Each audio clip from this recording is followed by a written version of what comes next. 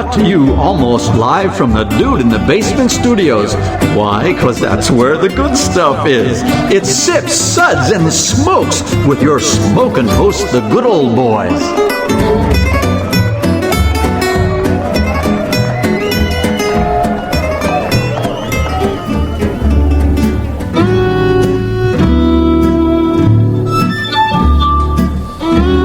Suds, Suds, Suds. It's time for more Suds.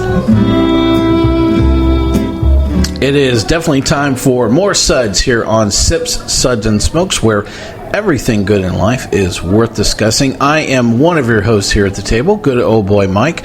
Joining me here at the table is none other than Reverend Mark. Hello. He's saying that with a measure of solemn tone, like, oh, man. And good old boy Dave. Hey, kids, what's up? We have a great show ahead of us here. Our Sud segments are all about beer, and more beer. On our segment today, it is all about money, or the price of beer, plus a great round of beers from Cascade Brewing and a Brewery Takeover segment, as well as a crossover discussion on some of the price point and consumer impact on the beer industry as well. Reverend Mark gets the honors of going over our Suds ratings for today. All right, then. Our Suds rating starting at 1, going up to 5. Number 1, that sucks. Give me anything but a bud. Number 2, was that a belch? Number 3, what a relief. I think that's the sound people make in Portland. Number 4, a body should really not make that sound. Now, I've heard a beer make that sound in Oregon. And number 5, listen to that hang time. Give me another. Now, that's what you sound like when you drink your Starbucks half-calf latte too fast. In Portland. Yeah. Actually, I was thinking that's what some hairy women sound like in Portland. They got a few of those. How about that? I almost broke our high water mark there, Dave. We're 2 minutes into the show, and I've already offended somebody. Never, ever I am so happy. Oregon, they're just going to greet me, right there at PDX, going, "Yeah, we know you." So I don't think so. Today's show is a Brewery Takeover edition. We're going to be talking about beer from one brewery today that is going to be all about beer from Cascade Brewing out of Portland, Oregon.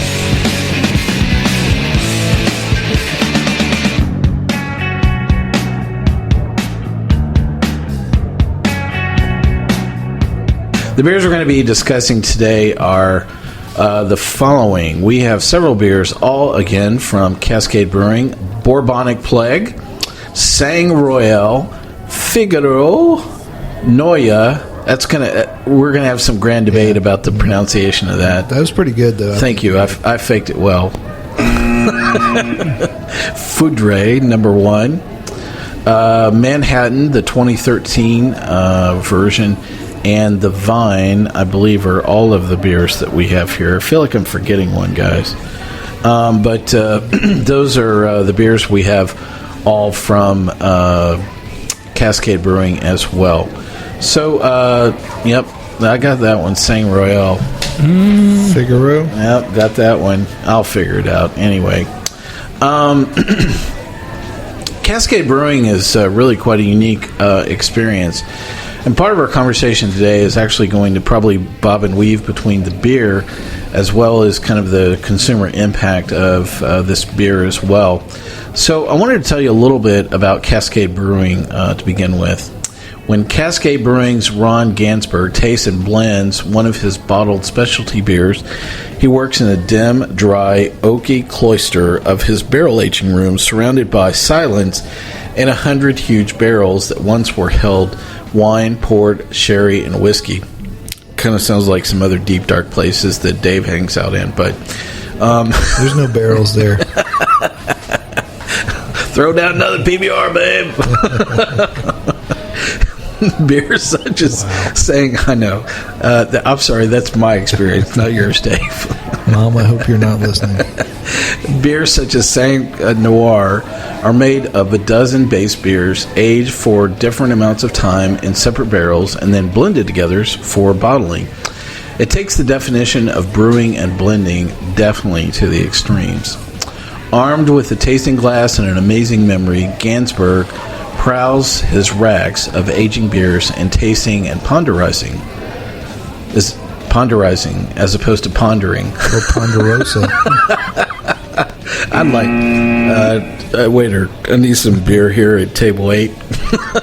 So he is pondering exactly whether I'm going to say the word pondering or ponderizing. Seized by inspiration, he unsheathes a multi-tool from his back pocket, unfurls it into a pair of pliers, and twists open the wooden stopper of yet another keg, adding another new flavor and layer to the beer. He's building in his mind. Each barrel is a different possibility. Now, one of the unique aspects of Cascade is that a bottle of beer, even Cascade 750 champagne-style bottle, they sell for at least $20, and almost everything now is about $40 a bottle from Cascade. Ouch. Yep. That brings us around to kind of the point of some of our discussion as we talk about the price of these particular beers, but beers in general. But to see the care in which Gansberg tends to his barrels and ages his beers, to watch him choose and blend stocks to achieve the perfect mix for bottling, and then to taste the dimension complexity of such beers as the Vine, Crack, Apricot Ale, all made with hundreds of pounds of fresh fruit, grapes and cherries and apricots respectively.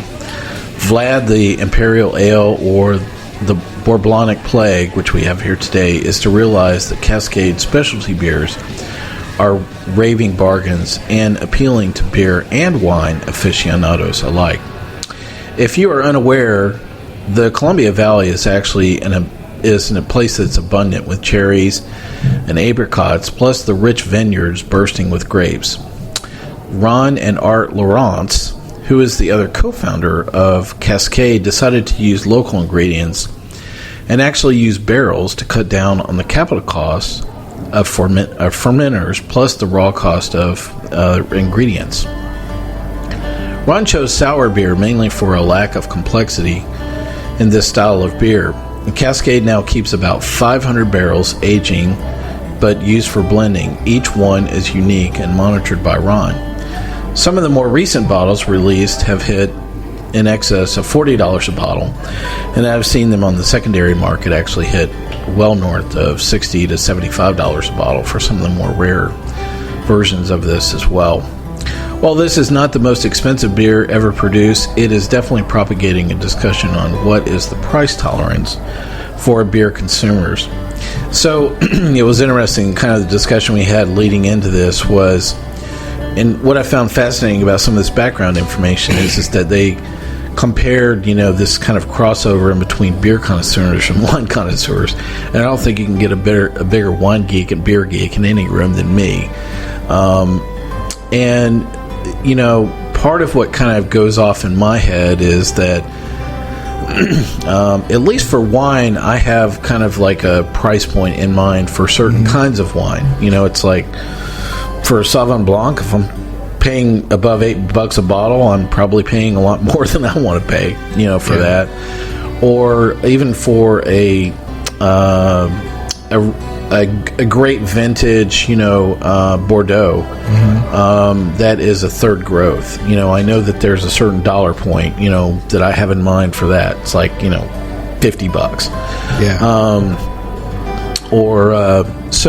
But I think part of that is that consumer aspect is something that has been established with wine, and especially wine varietals like I'm describing, because all those are varietals, they're not blends. Well, Bordeaux is a blend, but they've been around so long that I think that they have conditioned some of the consumerism, around beer, as opposed to what's going on here, with Cascade is they haven't had the benefit of consumers understanding there's a price difference between Sauvignon Blanc and Cabernet, or the difference between a double IPA and a sour beer, Do you think that Cascade is helping to, let's call it, educate the consumer about the fact that not all beers are equal, and so therefore they shouldn't have the same price point?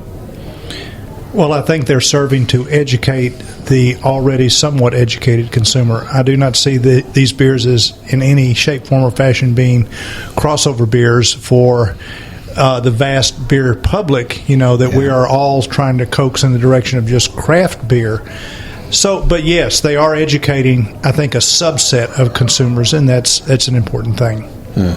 I would almost draw more of a parallel to whiskeys than I would wines with all the blending, because you said he keeps 500 barrels there that they're constantly going by and blending. That's almost more of a parallel to how some whiskeys are made to me than it is wines. But I do think that it does cross over to lambics. In Definitely, Belgium, you're right. that's how lambics are made, and that's how they've always been made. And they are quite expensive too, But again, your average beer consumer is not going to go pick up a $20 or $30 bottle of lambic to take and sit and drink Friday night. They're not going to go to the beach and just kind of hang out with that, is what you're saying. Yeah, this is not that kind of beer. This is a more of a special occasion kind of beer. Yeah. And for that instance and for that type of occasion, I would say this is fairly appropriate for that kind of thing because of the labor intensity that goes into it. Yeah, but is that some of your own experience playing into the rationalization of the price point that's kind of inserting itself? Because sure, I mean, we all have friends that, frankly, that cringe at spending more than $12 for a six-pack. Sure. And to them, beer is about a budget. In fact, Reverend Mark and I have been around enough, college kids to know that, they have a beer budget. And to them, it's by volume. It's not by flavor characteristic at all. But that 24-pack of Natty Light at $8.62 a case, that rocks the house. But then again, you have to segment out the beer buying demographics, because a lot of beer buyers, a lot of people who drink beer a lot, and they drink beer all the time, will still not, let's say, target their family vacation to Fort Collins, Colorado, just so that they can go to certain breweries and visit that, or they won't do a road trip through St. Louis just so they can hit Perennial. You know what I mean? It gets back to, are you a beer drinker, or are you someone who truly appreciates the complexities of a craft beer?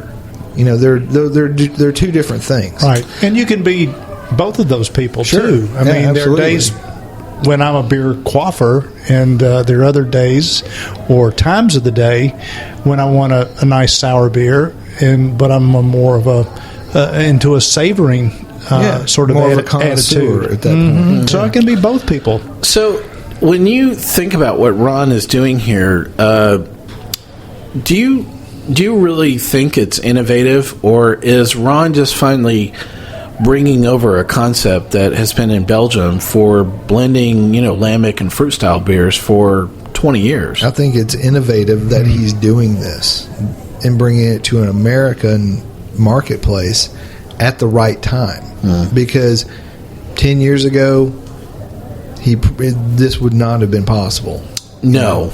Yeah, in fact, I can definitely say that, one, I don't know that a show like ours would even be talking about it, because I don't know that it would translate into any consumers even having the demand, exactly, for this as well. So, so maybe this is, there's several things at play here, is that you're looking at the maturing characteristics of sour beer buyers and the U.S. market, but you're also looking at the maturity of sour beer makers and being multidimensional about that as well.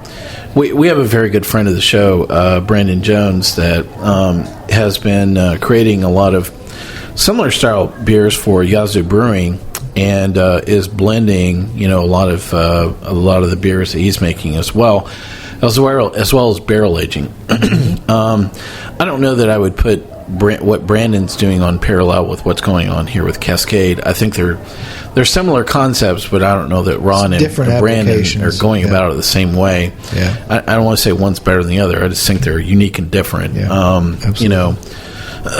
But I don't know that So one of the things that I found strange about this article is that it was almost a measure of rationalization of saying you have to appreciate Ron's artistry, that actually translates into paying more, right, for these beers as well. And it's a kind of a common concept that, I don't have to greet the cow to have a great steak. Yeah. Right. Or frankly, I could care less about meeting the winemaker. I would rather have good wine before I meet the winemaker. And I think that holds true for beer as well. I would much rather have a great beer, and I could care less who's really behind it first. I mean, sure. I love brewers. I love winemakers. Don't get me wrong. I mean, I love those people, and I love talking with them and the relationships, that I have with those folks. But at the same time, at the end of the day, it's about what's in the glass. It's not about shaking the hand of the cow, right, or the butcher for that matter.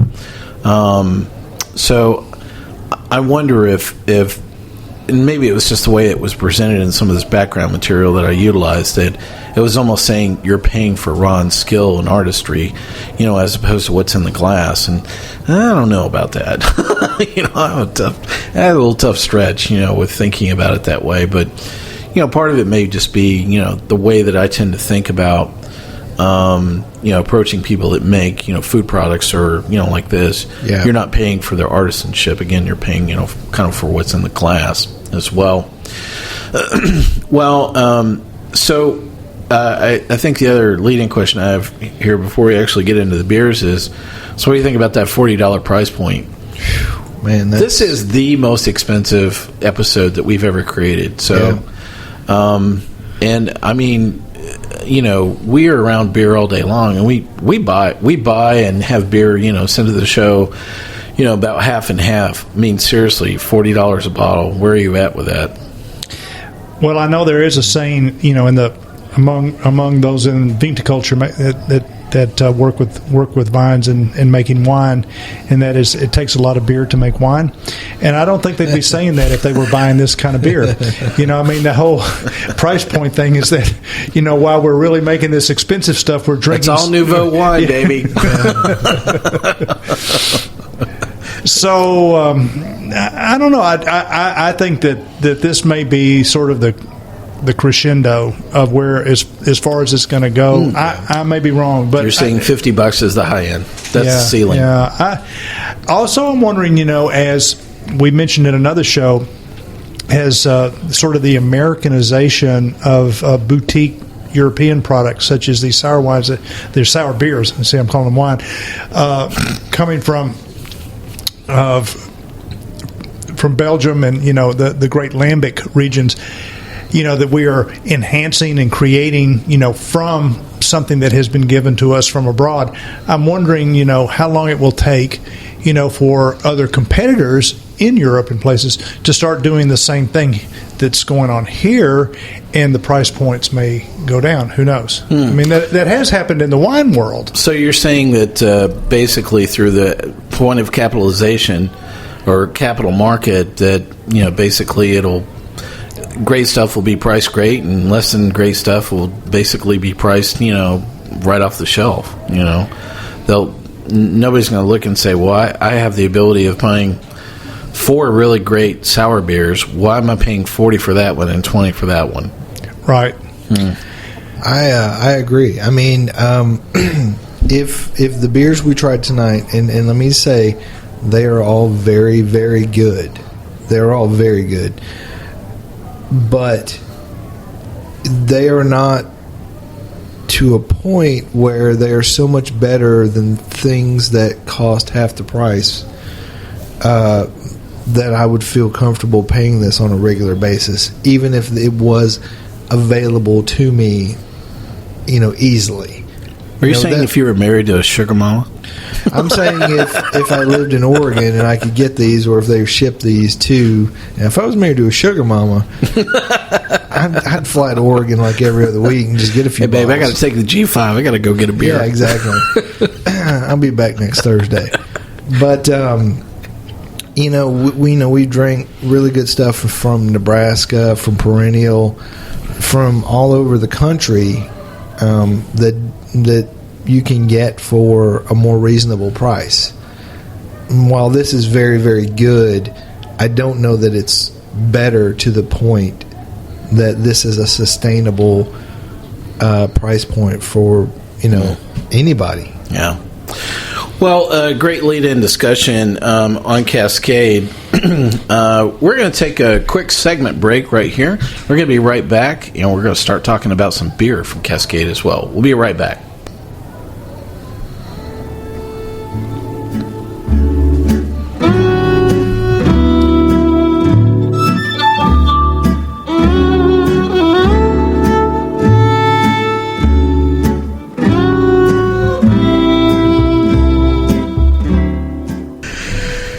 Welcome back to Sips, Suds, and Smokes. On our Suds segment today, we are all talking about beer from Cascade Brewing and a general discussion about the consumer impact on the price of beer in the U.S. market as well. We have had the chance to pour all of these beers and taste them, and what we are going to be doing is each of our hosts here have picked their top three to talk about. They're going to be talking about their top three, their tasting notes, and then discussing their Suds ratings. So up first is going to be Reverend Mark with his top three picks. Okay, and I'm not going to introduce these as this is my top, second, third. These are just top three. They're all so good. This has been very, very difficult. So the very first one that I'll introduce that I give a good rating to is the Manhattan. Ooh, great beer. Yeah, it's just a really nice blend of that tart cherry with a little bit of bourbon sweetness, but it's not sweet. It's just kind of back there. And the sour and the tart work really well together. That's the main thing. If I wanted to boil it down, the sour and the tart work really well together on this one. Yeah, great beer.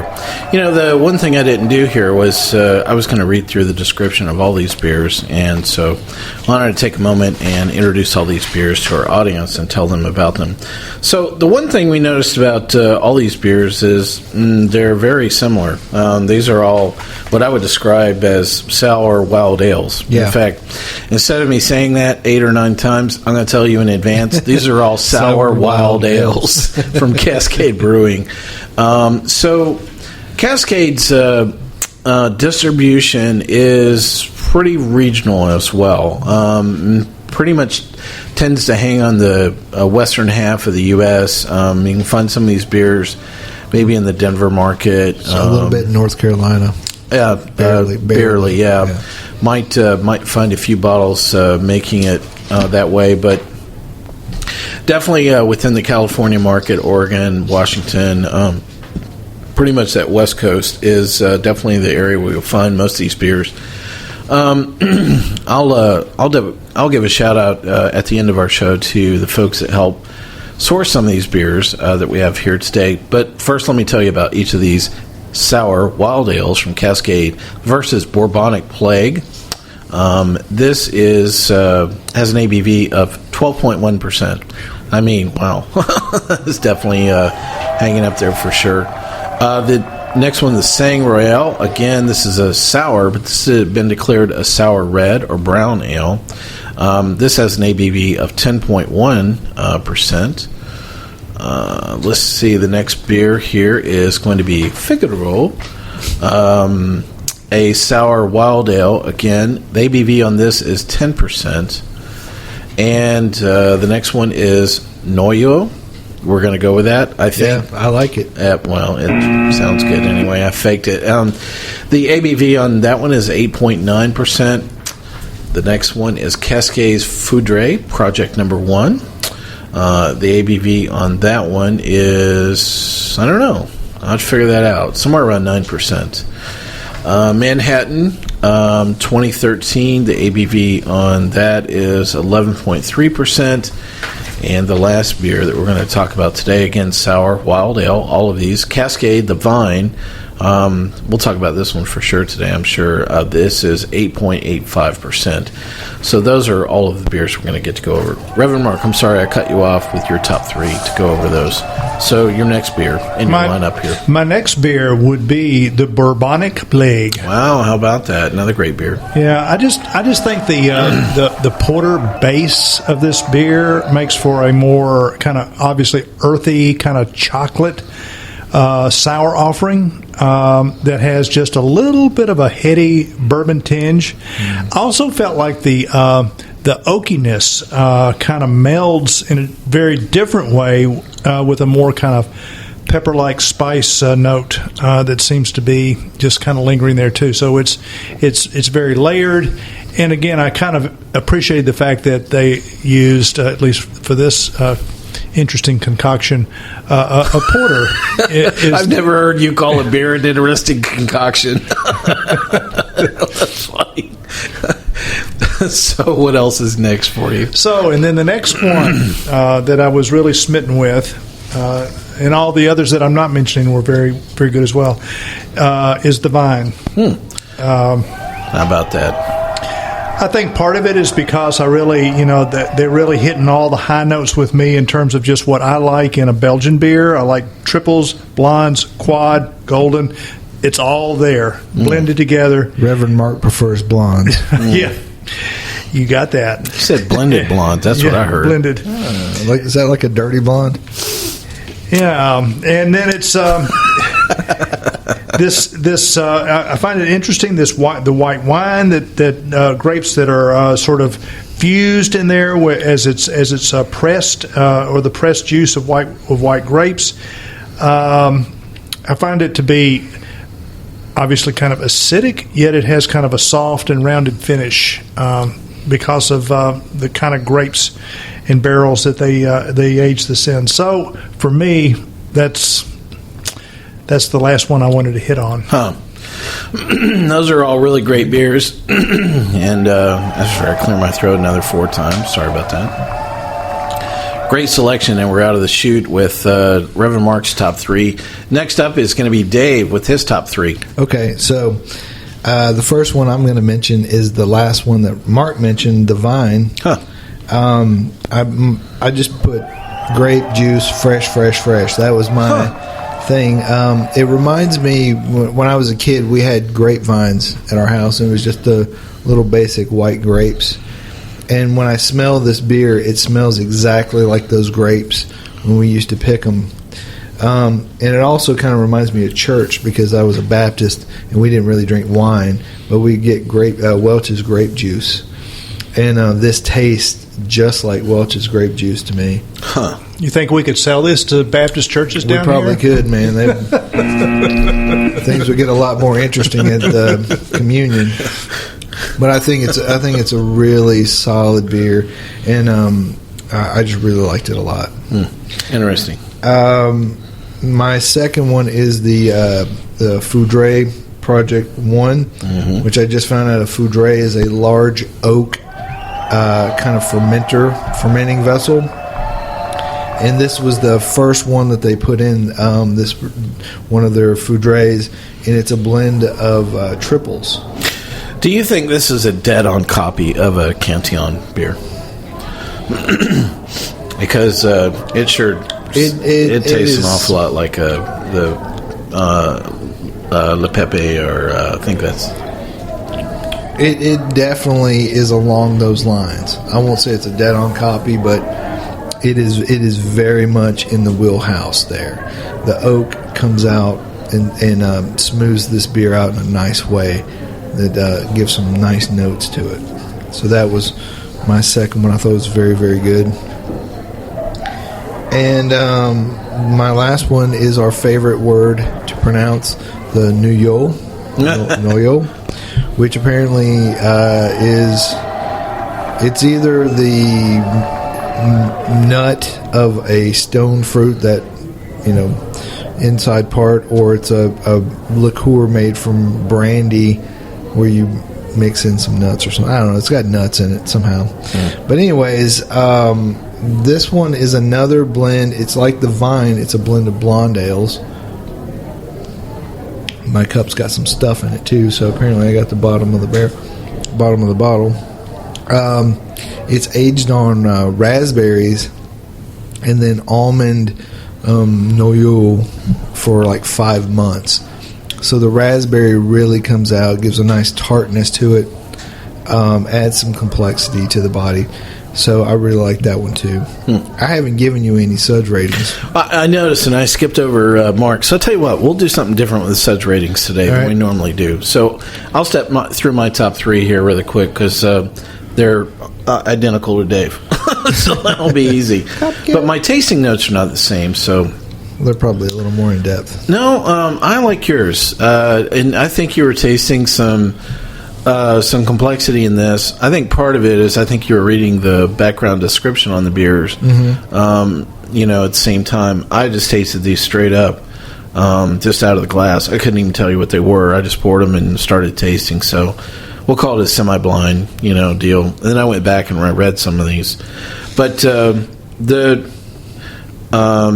the first one that I picked is actually the Vine.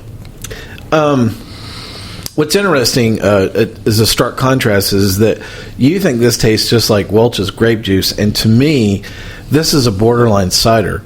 Wow. That is, definitely the subtle difference between those. And actually, as you were describing it as Welch's grape juice, I was like, oh my God, is my nose busted or what this week?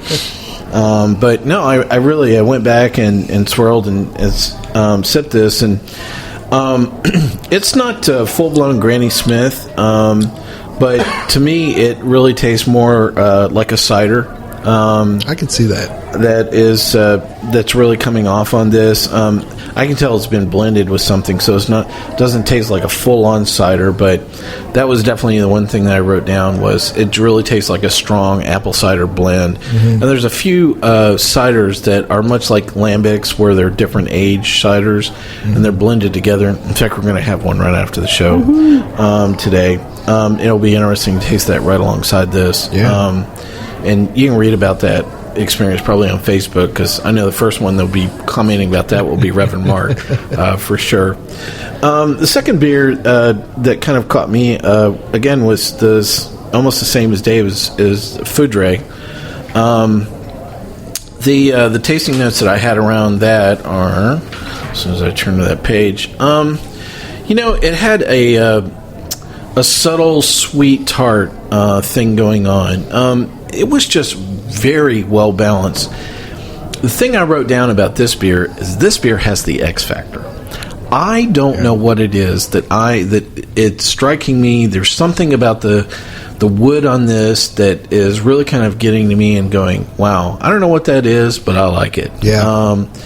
And that's what was kind of leading me to that question of, this really strikes me as very Cantillon-like, with, a couple of those beers that I've had. But it was that subtle sweet tart thing that was going on. So many of the others, they were very pronounced, sweetness or tartness, with them. This, there was kind of a roundness, that was kind of going around this beer that I really liked. And definitely that X factor. I couldn't really quite put my hand on it. It's something in the wood that's kind of bringing it there. The last beer that, again, was the same as Dave is the Noyaux.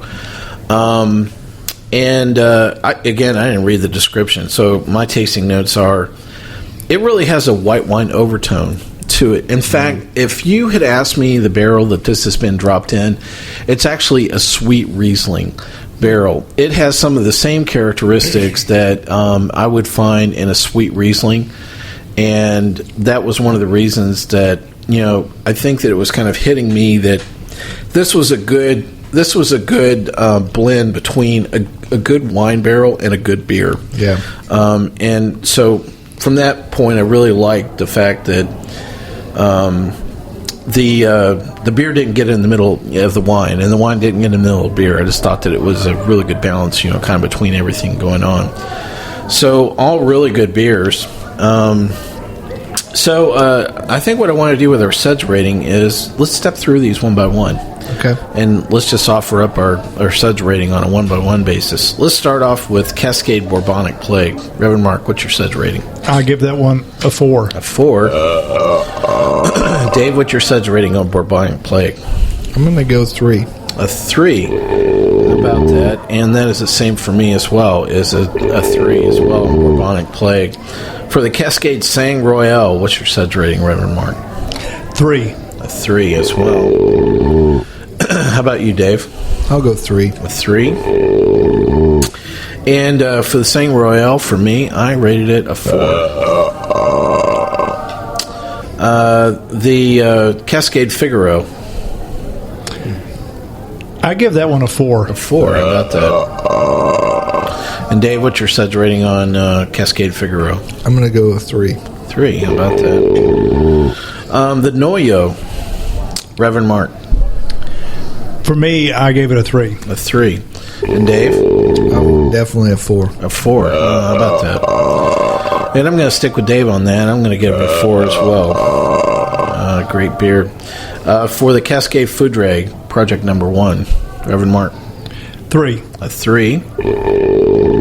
And Dave, what'd you give that one? 4. A 4. And I'm going to be super special and give this one a 5. About that. Sounds like a belting party in here. Kind of like doing it this way. The Cascade Manhattan Northwest. How about it, Reverend Mark? 4. 4. And Dave? I'll go 4. A 4 as well. And a 4 all the way around. Same for me on that beer. Cascade Divine. I'm giving that one a 5. A 5. How about that? Likes that cider. How about it, Dave, for Cascade Divine? I'm going 5, man. Oh, wow.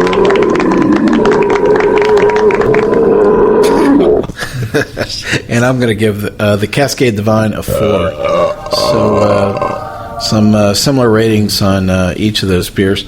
You know, so I like part of the conversation that we had kind of leading into this, which was we had seen that, you know, most of these beers had been rated, you know, by consumers just right through the roof.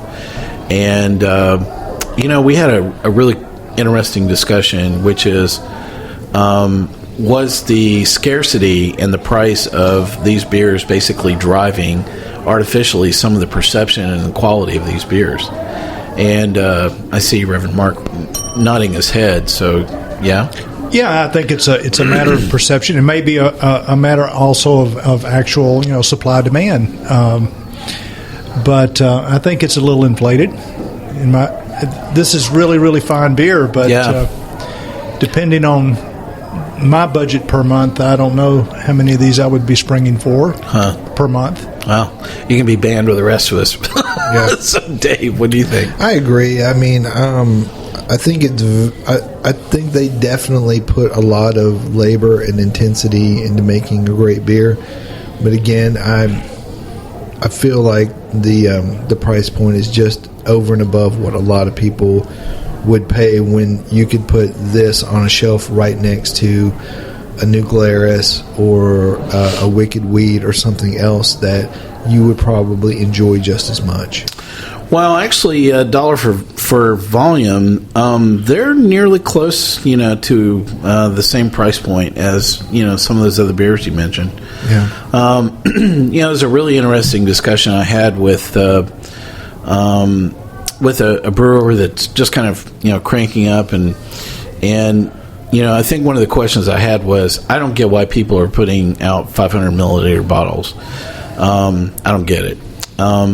Because the thing is that you are commanding shelf space in a retailer to begin with. Yeah. And for you to sell basically a scaled down version of your beer, you know, in the same space, I'm not really quite sure what you're trying to accomplish by doing that. It doesn't, from an economic standpoint, I'm not really quite sure that it makes any sense, because it almost strikes me that there's some meeting where some yield, you know, neon, you know, moron steps in like a consultant and says, I think from a yield perspective, if you just drop your beer in a 500 milliliter bottle, you'll drop the price point, you'll sell more beer, and you'll actually be able to keep basically the yield, characteristic on a volume. You'll be able to command a better price point. And yet, every time I've hit the last drop of a Wicked Weed 500 milliliter bottle, I am pissed. I don't get another glass. Yeah. Yeah. And you see that in the food industry. You don't always get a full half gallon of ice cream anymore, or a full half gallon of orange juice anymore. And, so I know we're comparing. But no, it's a similar concept. When you're using those smaller containers, just the amount of space that you're using beforehand to store more smaller containers, and then there's always the spill factor that you're doing. When you're putting liquid into containers, it almost seems like you're losing more than you're gaining just by scaling up and putting them in those larger containers. And I know we also, have acquiesced to the fact that what drives these kind of beers up, and arguably to a point it's fine, is, the barreling, the blending, and the tender loving care and the time itself. That's fine. But unlike wine, most beer is not dependent on, like a certain kind of grain that is in short supply. Like, for instance, like Pinot Noir, you're only going to get those grapes in certain areas, certain microclimates or whatnot, and then that's why the price, very delicate grape too. Yeah, that's why the price is so high on Pinot Noir, because there's just not that much of it. Yeah. Whereas these beers, you're getting American two-row barley that is not in short supply. Yeah, all the basic ingredients are really not in short supply. So you need to bracket that aside. It's really the time and tender loving care and barreling and blending, which winemakers also invest in. The only argument I could say maybe for the smaller bottles is that what really distinguishes beer from wine is that beer is carbonated. So if you're not going to finish that bottle of beer in one sitting, it's more, unless you've got a carbonator cap and a plastic bottle and you can recarbonate your own beer, which 99% of the people in the world don't have. It's done after that one. One thing I wonder why they don't do this, and like Anchor did this years ago with my mind's blanking on their barley wine, but a lot of other companies did it at first, and that is put the really precious stuff in 6.5 ounce bottles also, because there are times when you could do that, and just I would love to be able to break it down like that. Well, if you have the bottling plant, I don't know why you wouldn't do that.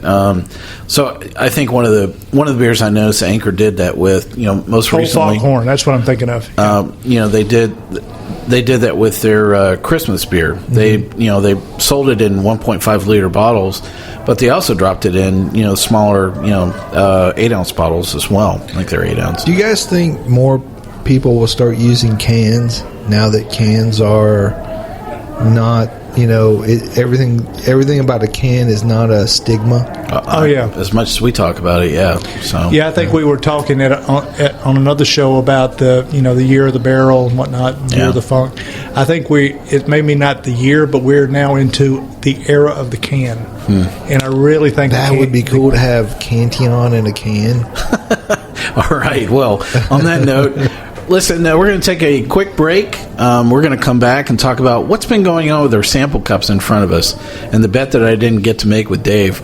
So come right back for that really interesting discussion.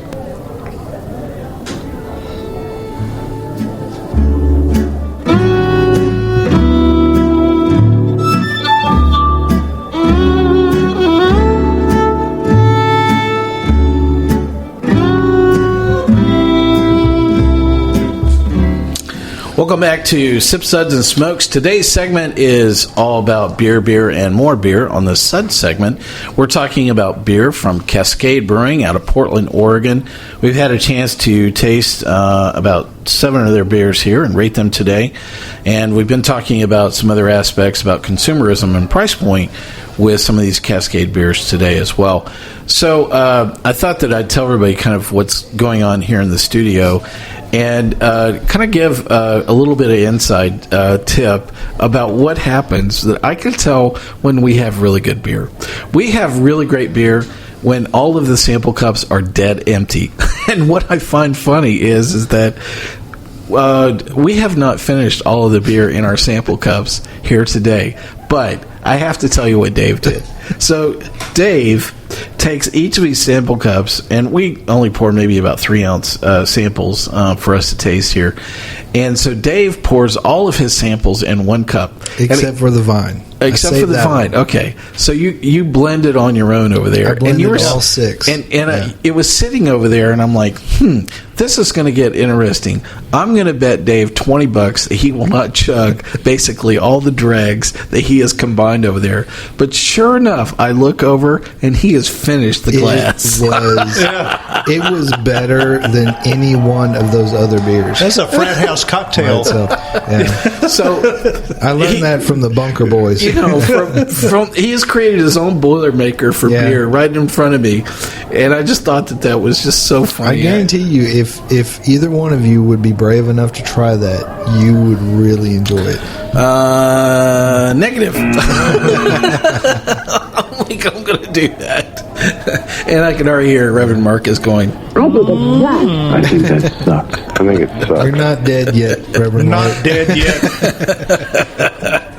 Well, absolutely. It's a complete waste of time. It would be if we would step in and do that for sure. So, it's just a really fascinating discussion, that we've had.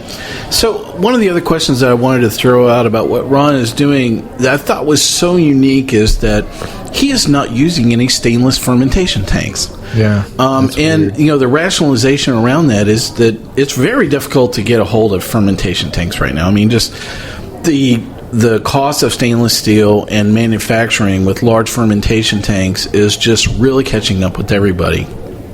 And, I can see the discussion that was going on of we're in wine country. We have access to all of these wine barrels. Yeah. Why in the heck would we go to all of the trouble to buy stainless fermentation tanks when we basically have natural fermentation, vessels that are just around us for pennies on the dollar of what it would cost us for doing stainless, fermentation?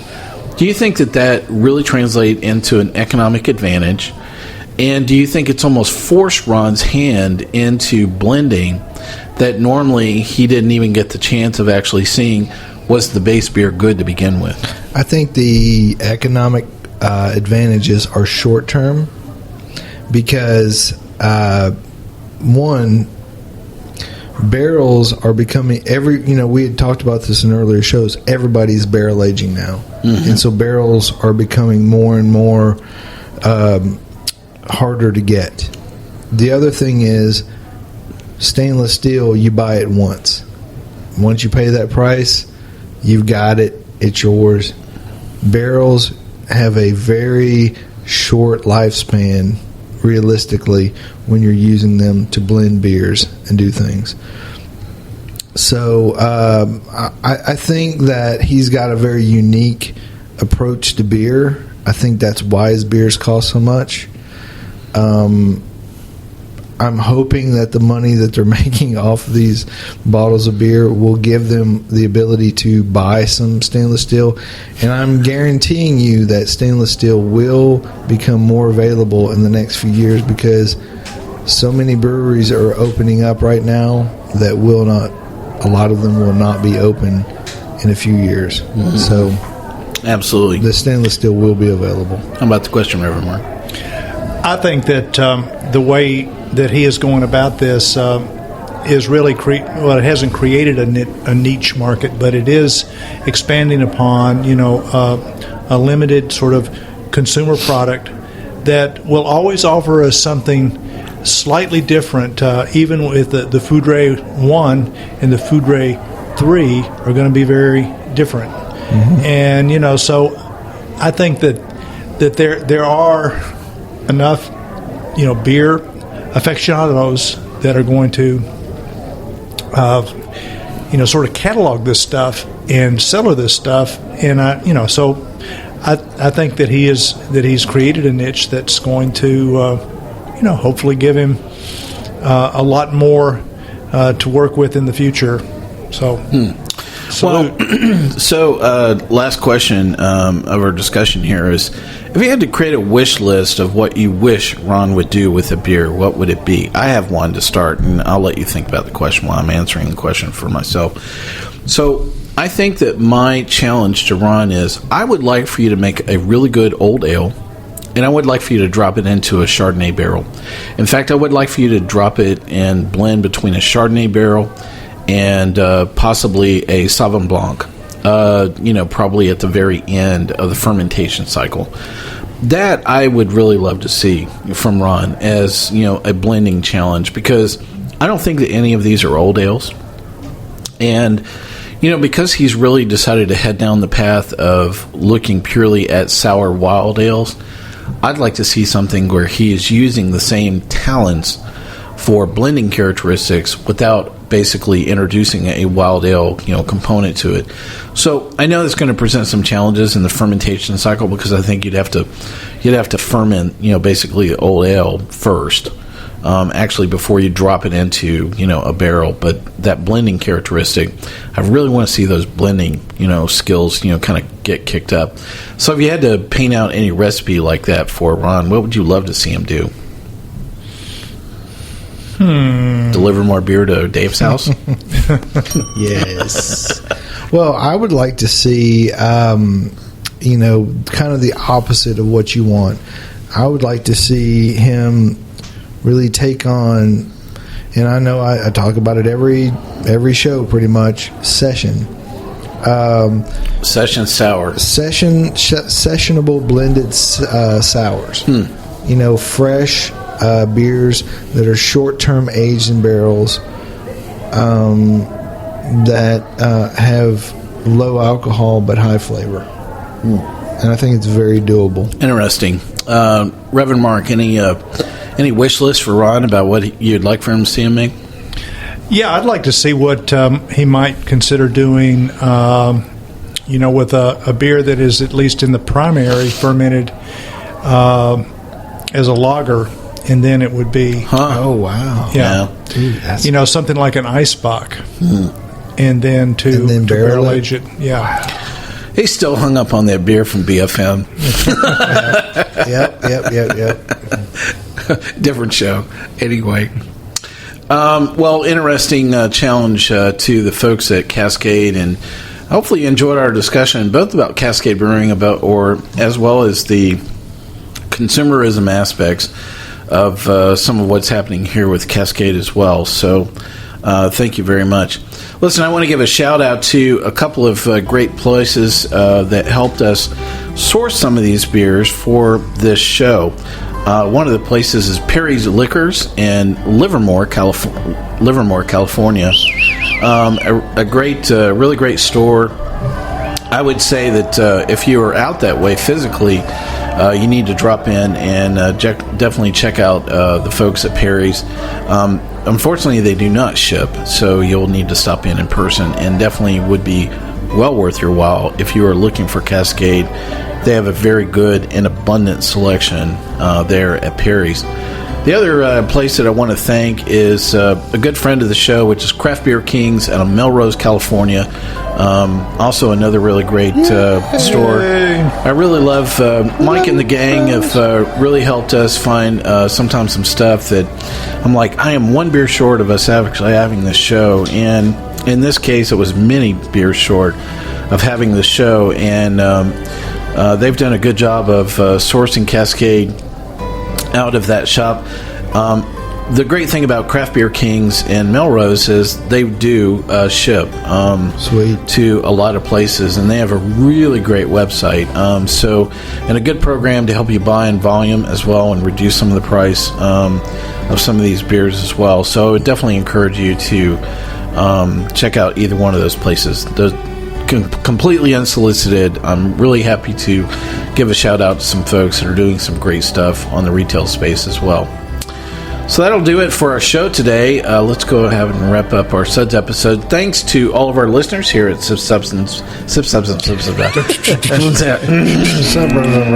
Waiter, more beer, table Mike number is 9. One beer short of a 6-pack. You know, if I had one of those Boilermakers like you made, I could probably get through this. Try to give you one. Thanks to all of our listeners here at Sips, Suds, and Smokes. You can catch all of our episodes online on iTunes, SoundCloud, TuneIn, Stitcher, YouTube, Uncle John's Basement, and Spreaker, our native media host. Oi! Our terrestrial radio stations, our hosts are always expanding, and if you'd like to hear them pucker up and send you a really great note and let you know that you are drinking some great beer, send them a note. Ask them to put us on the air and copy us as well. Boy, I went around the block 12 times to get to that. You can reach us online anytime at info@sipsudsandsmokes.com. Hate mail can be sent elsewhere. Leave the cork in at sipsudsandsmokes.com. Our daily tasting notes flow out on Twitter every single day, as well as Dave's characteristics. Our handle on Twitter is @SipSudSmoke. Our Facebook page is always buzzing with lots of great news. Listen, if you have enjoyed our show today, do us a favor. We've not asked you to send us anything. We don't have any sponsors. We'd love for you to take the time to rate this episode simply if you're listening to us online. That's a really big help to us, and we get to see your feedback as well. I want to thank my co-host for being here for the most expensive episode ever here on Sip, Suds, and Smokes. Dave, thank you for being here. Hey, leave that cork in. And you can send fan mail to Leave the cork in at sipsudsandsmokes.com. Great. Reverend Mark, always a pleasure for you being here. Good to be here. Peace be with you. Well, this is good old boy Mike asking you to join us once again and keep on sipping.